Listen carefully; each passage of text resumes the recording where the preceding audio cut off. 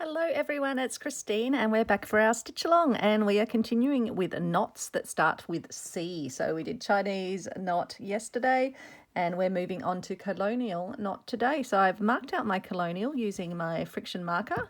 I've started it because otherwise it would take too long, and we'll finish the last letters, the N-I-A-L, in colonial knot. So you're going to tie a knot in your thread and leave that knot at the back and bring your needle through to the front.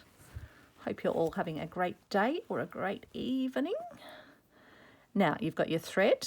You're going to loop it a little bit, pop your needle on top of the thread, and then you're going to put your needle tip under the thread.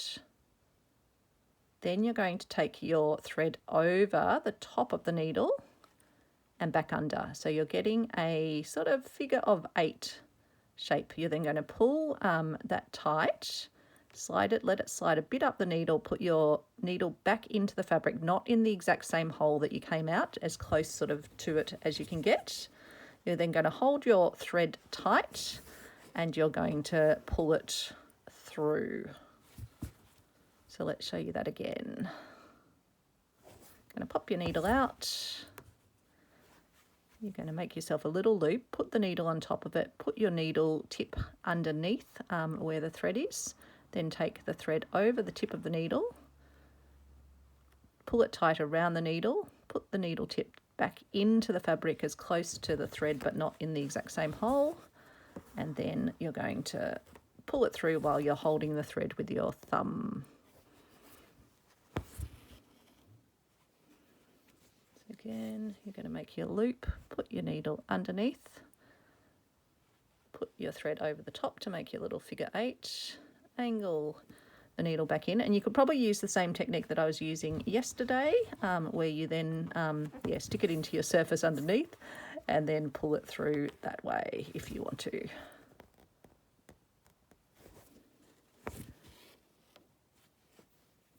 So again, putting your needle on top, putting your tip underneath, looping the thread over to make that figure 8, angling the needle back into the fabric, not quite in the same hole, holding your thread taut and tight, and then pulling through to form your knot. Do one more up the top here, I think. So again, putting your needle over the top of the thread, putting the needle tip under, bringing your thread over the top to make a figure 8, angling your needle back into the fabric, holding your thread taut while you pull it through. Then we'll come down and do our N.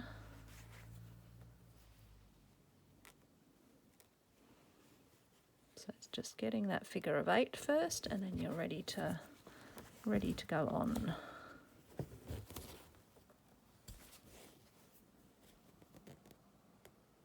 And you can do these as close or as far apart as you want them to be for your design. Oops, over that way, that way. I do tend to use French knots a lot more, but I probably should use colonial knots for some applications. I'm definitely going to be using Chinese knot, which, I have not used before. I just feel like I'm punning all the time when I'm saying knot.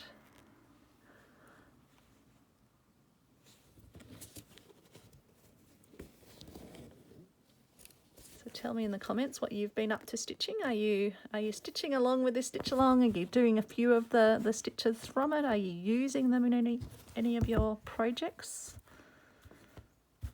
Are you getting tangles on the back like I get? No, I'd love to hear about what projects you've got on the go. And we have a little Facebook group for the folks that are joining in this stitch along. Even if you're just doing a few of the stitches or trying something out, you can post a picture in there, because we love to see what you've been up to. So it's just amazing. Some people's work is just exquisite. Doing such a good job with their dictionary of stitches. And the lovely, just have to find her on my YouTube actually. Her YouTube name is For Lazy Days, with the D-A-Z-E for the days, and 4 written as the number for lazy days. She shared a video just recently of her dictionary of stitches that she's doing as she follows along. So that was so lovely to see that on video. So that's Carol over there. So shout out to you, Carol. I think you're heading off on holidays or heading off for a visit with your mum. So I hope you have safe and happy travels. Oops.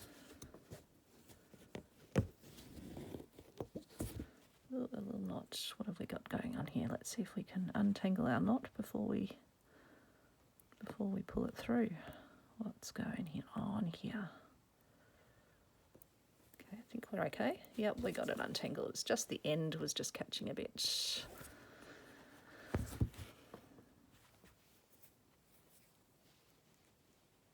So always just making that figure of 8, angling it back into the fabric and then pulling it through.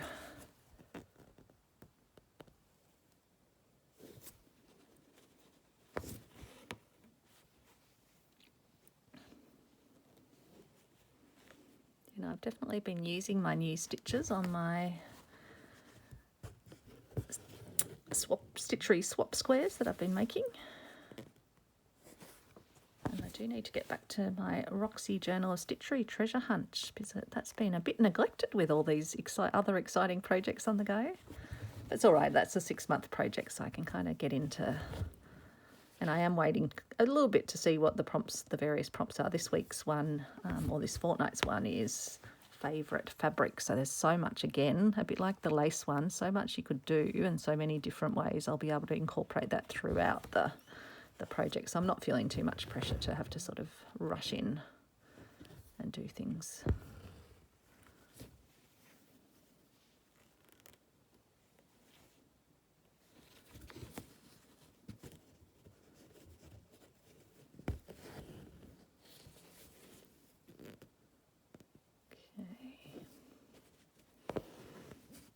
Over and do our A. There's something nice about the motion of doing the figure 8.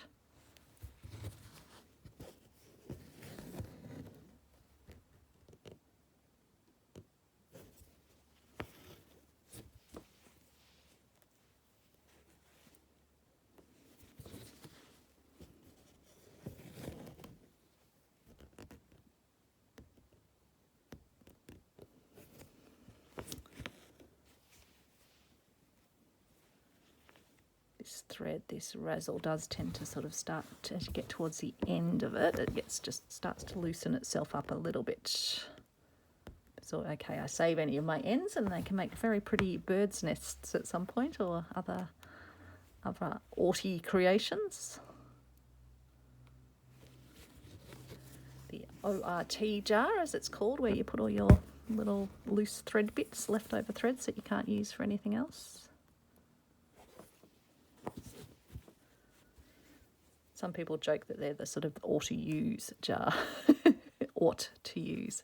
But I don't know. I actually need to look up where that where ought came from, where it originated from, that name. Or if you know, pop it in the comments and then we'll all get to know. I can hear Travis having a little shake outside the craft room. He's obviously thinking it's time to go for another. Oh yep, it's just a little bit after 4 o'clock when I'm filming this on a Saturday, and yeah, Travis almost has a perfect clock in him, and usually even during the working week I try and get out for a little walk with him at 4 o'clock and then come back and continue working after that. So he knows his times. He has a very good inbuilt clock in him.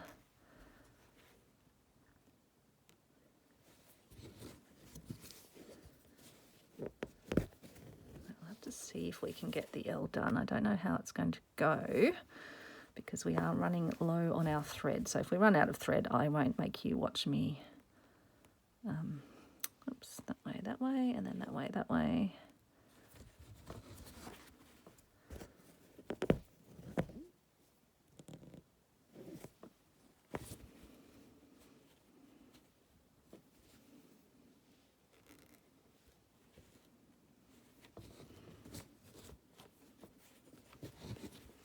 Can be sometimes a bit hard holding in the hoop. I'm not sure if this would be easier out of hoop, but it probably makes it a bit easier for you to see in hoop, so that's why we're doing it that way.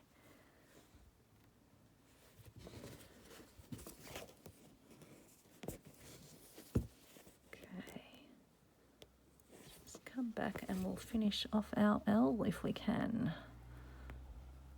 Hopefully we can, because it'd be a shame to have to get more thread just for the last few.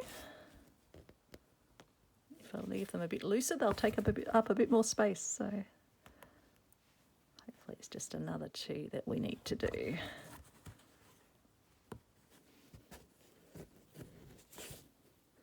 And just one more, I think, and then we will be done. There we go, holding on, pulling through, and there we go. That is our Colonial knot, written in Colonial knots. So that's a lot of fun. So I love this piece. I'm really happy I put my various knot stitches together. They feel fabulous. So just to foreshadow what is on tomorrow, we have, sorry, just flipping in the book, combination stitch and apple blossom flower. So a Japanese style flower. Looks like they're suggesting we use like a wool, a nice fine wool. So we'll have some fun. Thanks so much for watching, and I will see you tomorrow. Have a great day or a great evening. Bye, everyone.